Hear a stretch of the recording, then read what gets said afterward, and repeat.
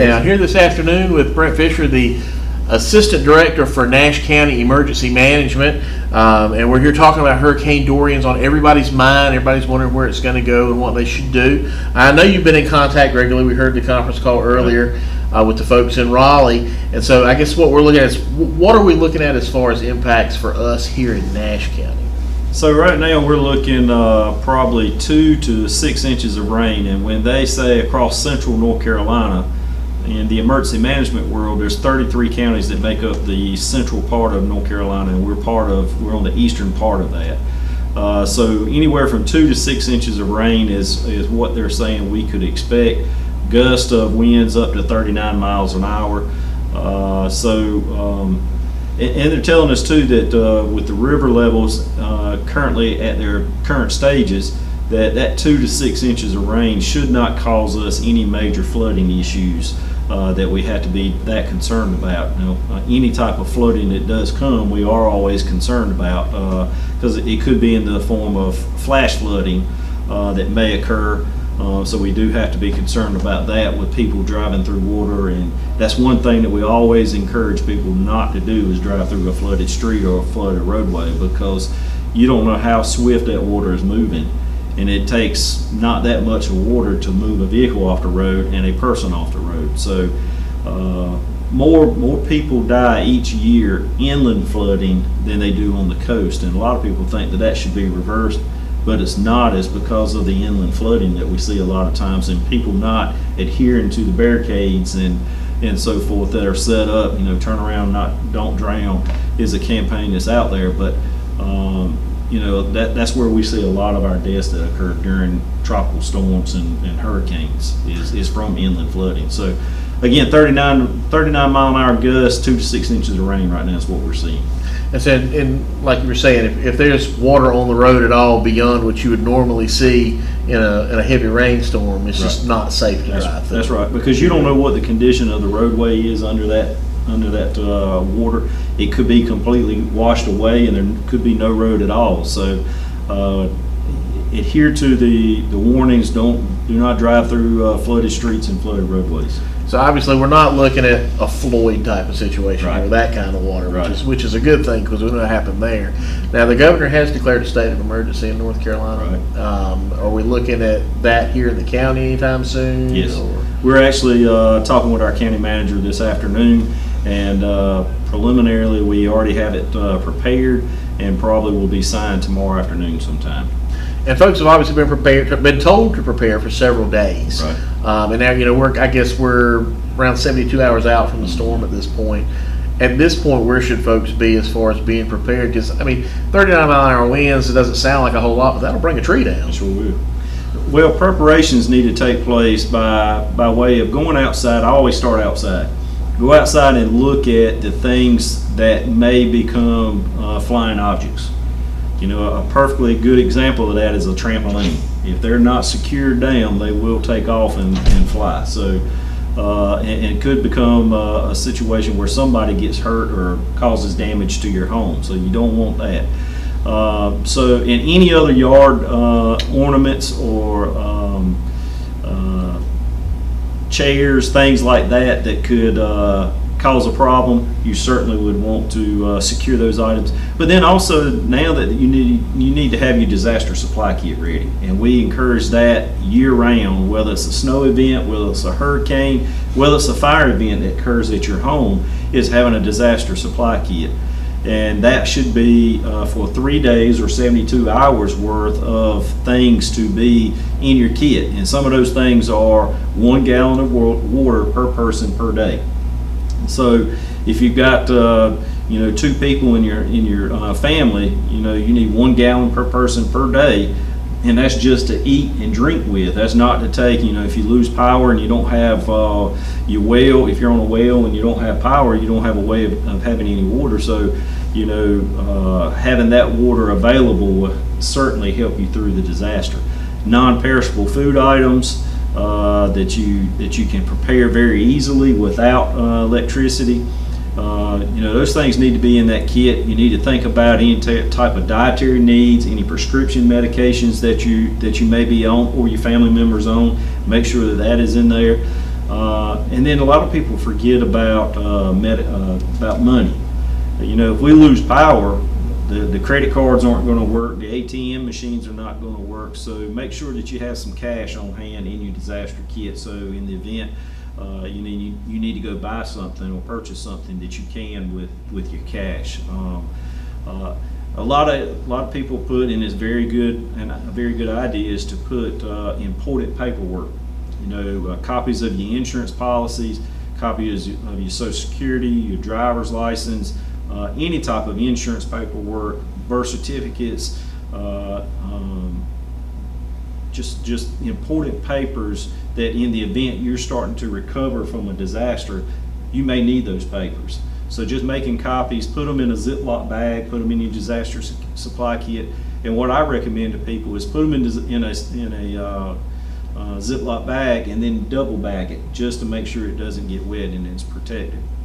Now a lot of people ask, what does the kit need to look like? What do I need to put it in? You could put it in a tote, a plastic tote. What I recommend is, if you've got an old suitcase that you can roll around with a telescopic handle on it, put the supplies in that, so that way you can wheel it around. You're not having to carry it so much, and it makes it maneuvering around where you're going a whole lot easier. You know, put in smoke detectors.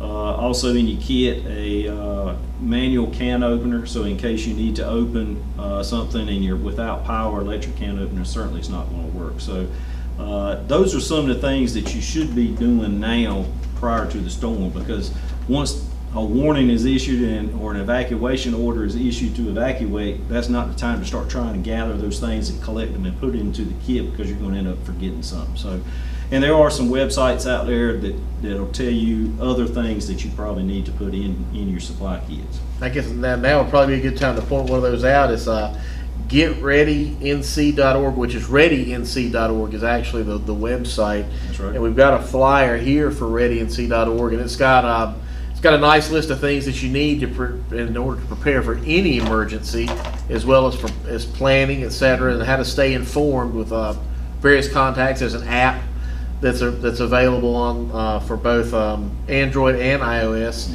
and this will be on our website along beside the recording here, so you'll be able to get to it, all this information as well. And one thing that's not on here, and I'm going to kind of reach back to my old driver's license examiner days, is an expired driver's license, because the driver's license office will actually let you use that if it's from this state to renew to get another copy of your license should you lose it. And if you lose everything, it's impossible to prove who you are. That's right. So even if it's expired license, you can throw in a plastic bag to go with your documents. That helps. That's right. You know, and a couple other things: battery-powered radios, flashlights with extra batteries. Because again, if you lose power, you want to maintain some type of sense of what's going on out there in the world. So listening to to the radio will certainly give you updates. But also with the flashlight, having some type of lighting if you do lose electricity. The other thing a lot of people forget, and because they've done away with their landlines and strictly use cell phones, is to make sure that you've got a cell phone charger in your kit as well. Make sure you don't forget that, so that way you can maintain some type of communications with family and friends, whoever you need to reach out to. And that's a very important piece when we talk about emergency planning, is the communications. If you and your family get displaced and get separated, how are you going to get back in touch with one another?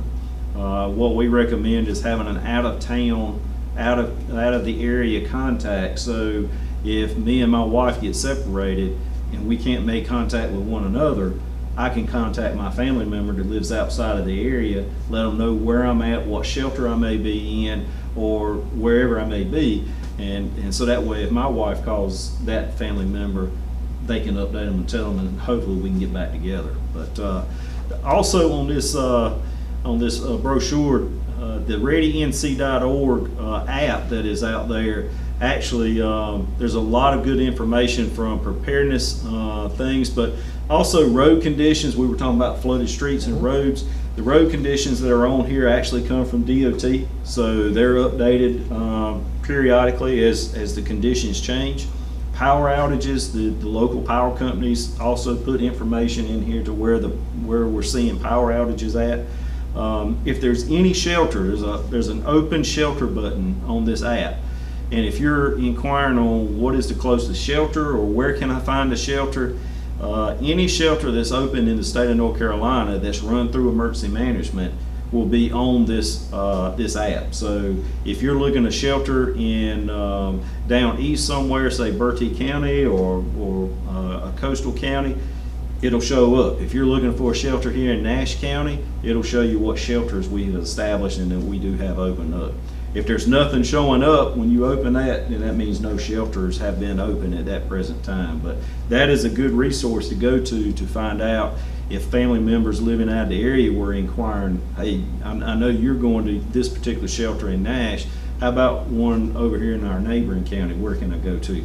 This is a good app to go to see where those shelters are located. So a lot of good information is on this Ready NC app that is provided by the Department of Public Safety. And speaking of shelters, at what point are we looking at those opening here in Nash County? I know there's a possibility of some folks coming in from the coast Right. to the evacuee shelter here for them to set up in Rocky Mount. Right. But are there going to be any for residents here? Is it not going to be that severe? Right now, from the weather, 2 conference calls we've had prior to us talking, it doesn't sound as severe as we were thinking, but we've got to keep our guards up. But there is a possibility of us sheltering some coastal evacuees. Hopefully we'll start getting that nailed down today on when that may take place. As far as our general population shelter for our residents here in Nash County, we'll probably be surveying that tomorrow and seeing what the need is and what will be the best location in doing so. A lot of people want to know, ask us all the time, where are our closest shelters? Well, you know, with Red Cross's assistance and all our other shelter agencies that help us when we open a shelter, we have a pre-identified list, but we do not publish that because we don't want to give people false sense of security that there's 12 shelters identified and they could go to either one of those 12, when in essence we may only be able to stand open 2 or 3 because of the need that we may have and the support that we have.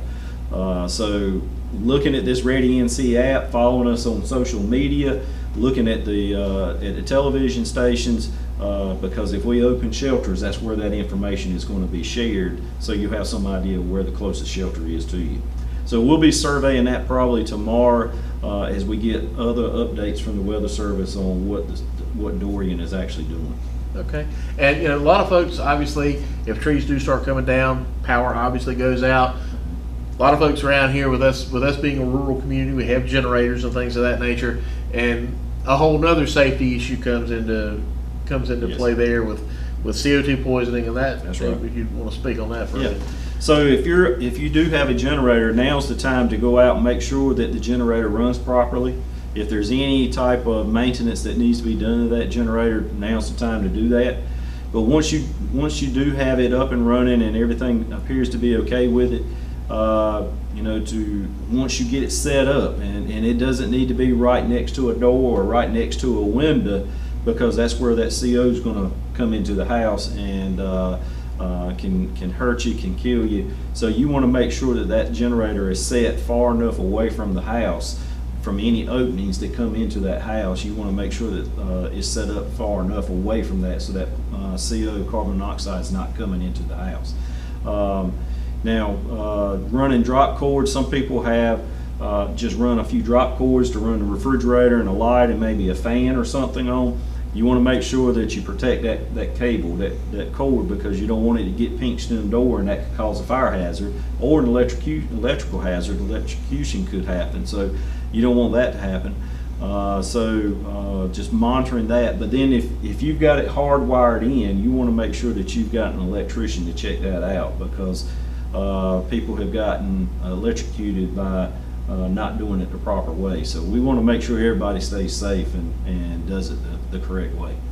And I guess that would also go without saying that if you're using that device, whether you're not using that device, you should have this as well, is the battery operated carbon monoxide detectors, That's and right. battery operated smoke detectors to go along with it. That's right, yes, sir.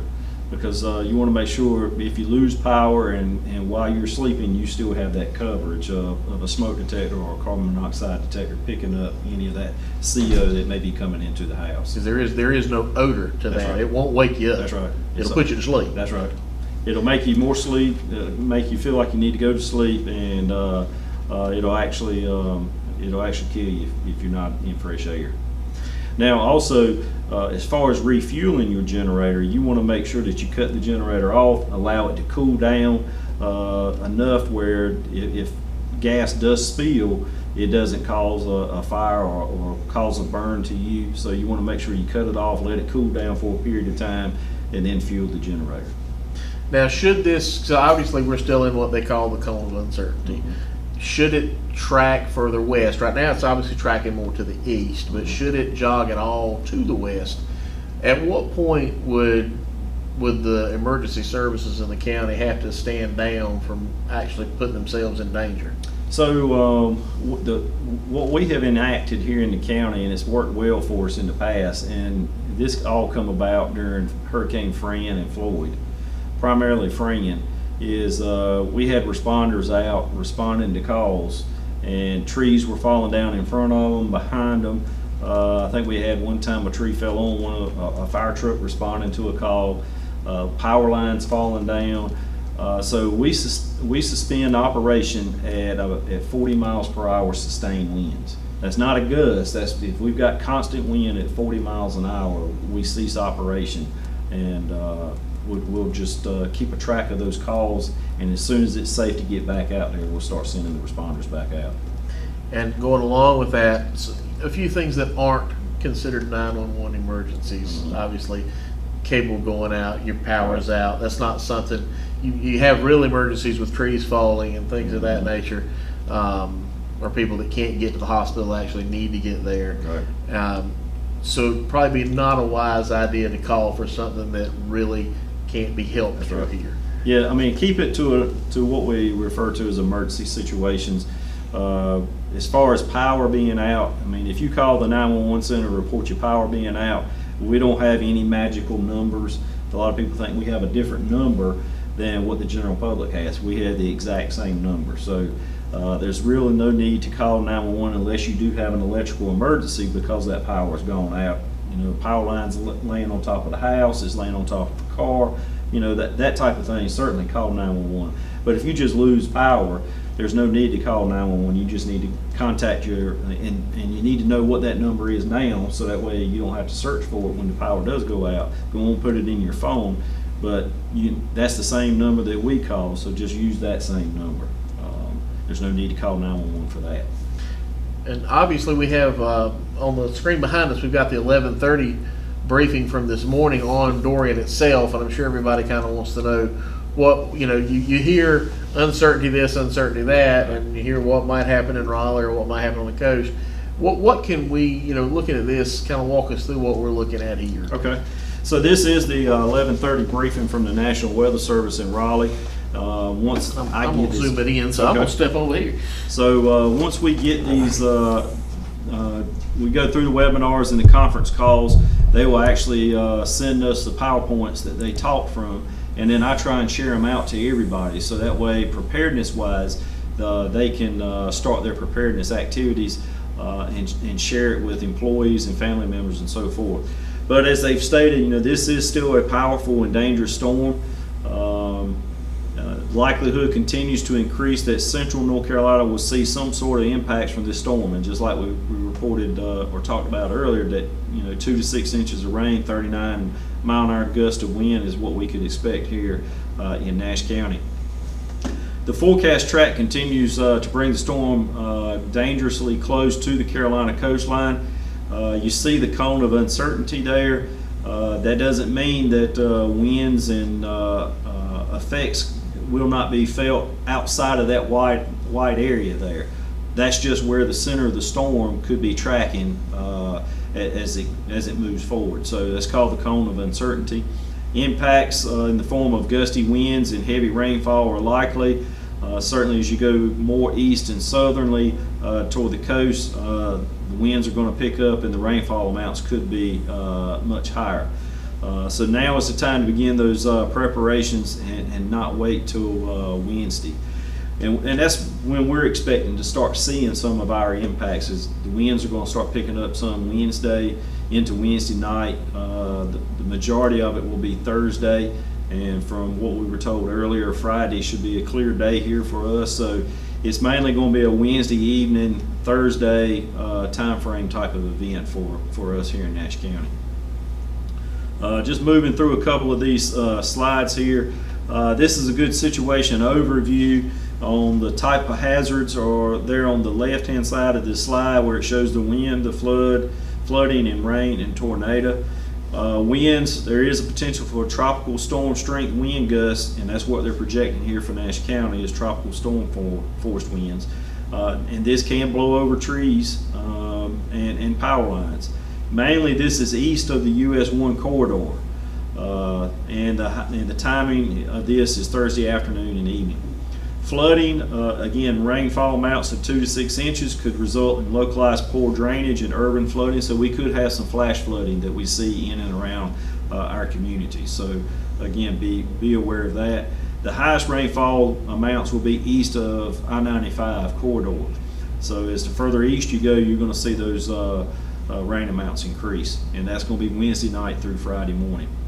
And tornadoes, there is a low risk. A lot of times with hurricanes, you will see tornadoes that spawn off of this type of severe weather. But with this hurricane, there's a low risk for isolated tornadoes at this time. Location is east of I-95, and again, Wednesday night through Thursday. So, don't let your guard down on tornadoes. There is a possibility for that. And knowing where your safe area is in your home is very important. So in the event a tornado warning is issued for your area, that you know where to go and your family knows where to go to seek shelter. This is just a threat level where it shows the winds, showing it that it's increasing threat, also rain and flooding, but you see the tornadoes are a little bit lower. But again, we can't let our guard down just on that. We've got to be aware. This is showing some of the earliest reasonable times of arrival of tropical storm force winds for the southern Piedmont, Sandhills, and the coastal plain of North Carolina. And as the bullet says, please aim to have preparations completed no later than Wednesday morning. And you can see right here that down here outside of Florida, off the coast of Florida, the storm is moving very slowly. I think currently right now, as it sits, is moving 1 mile an hour, so it's moving real slow. But as these lines right here, and I don't know if you can see the cursor, but as these lines right here are close together, that means it's a slower moving storm. But as they start spreading out, it's picking up speed and it's moving a little bit faster. So you see for around Wednesday 8 a.m. it's still off the coast of South Carolina. And then by Thursday, 8 p.m., it's out in the Atlantic off the coast of Virginia up there. So you can see how fast it's moving there. Again, this just shows a rainfall potential over here in this light green area. Again, we're in around the 2-inch range, up to 4 and 6 inches of rain. Depends on where that very fine line is with the bands of rain that come in with a hurricane. And this is probably a good slide with the orange here, that if the center of Dorian takes a track along the Carolina coast, basically down the center of the cone, there would be an increased chance of heavy rainfall and flooding across the eastern portions of central North Carolina. In addition, tropical storm strength wind gusts can be expected from the triangle south and eastward, resulting in scattered down trees and power outages. Much worse and more dire conditions would exist closer to the coast. That's a good survey of what we're seeing right now from the National Weather Service. One thing that I did want to mention is a preparedness tool that anybody can go to and view if you have a computer, is NC Fiman, NC Fiman.